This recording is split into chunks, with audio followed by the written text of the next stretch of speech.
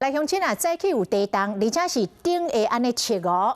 早起的9:53，真侪人的手机啊拢收到国家级的警报，讲宜兰的苏澳发生着规模5.8的地动。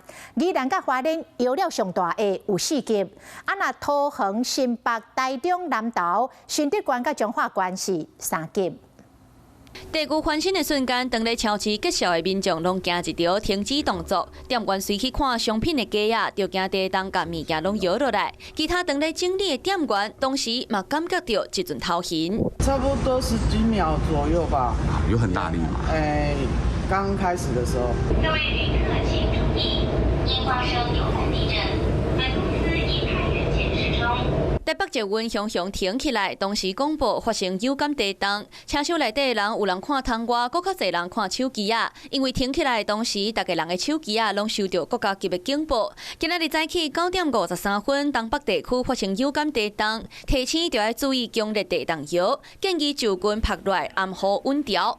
若北部感受到跳动，台中捷运嘛8暂停营运。 站外走马灯显示，就要停40到60分钟。未少上班的人，敢若会当改坐公车，也是计程车。地动的第一时间感受上直接的，就是宜兰县。水钱吊顶海来海去，挂钟嘛同款。根据中央气象署的资料，地动规模类似5.8，震央伫咧宜兰苏澳镇东南方15.5公里，震源深度72.4公里，上大震度伫咧宜兰武寮地区。 基本上它就是一个板块活动的一个所造成的影响，算中深层的一个地震，造成地表的影响，大概都是比较平均的一个震度的一个表现。昨暗时11点嘛发生地动，连续2届北台湾拢有感觉。经中央气象局地动测报中心主任郭凯文表示，原因拢是温物带的能量释放，震源深唔免伤烦恼地动尾，不过也是爱继续注意。 你好，我是宋彦明。想掌握最及时的新闻资讯吗？赶紧订阅、按赞、开启小铃铛，锁定华视新闻 YouTube 频道。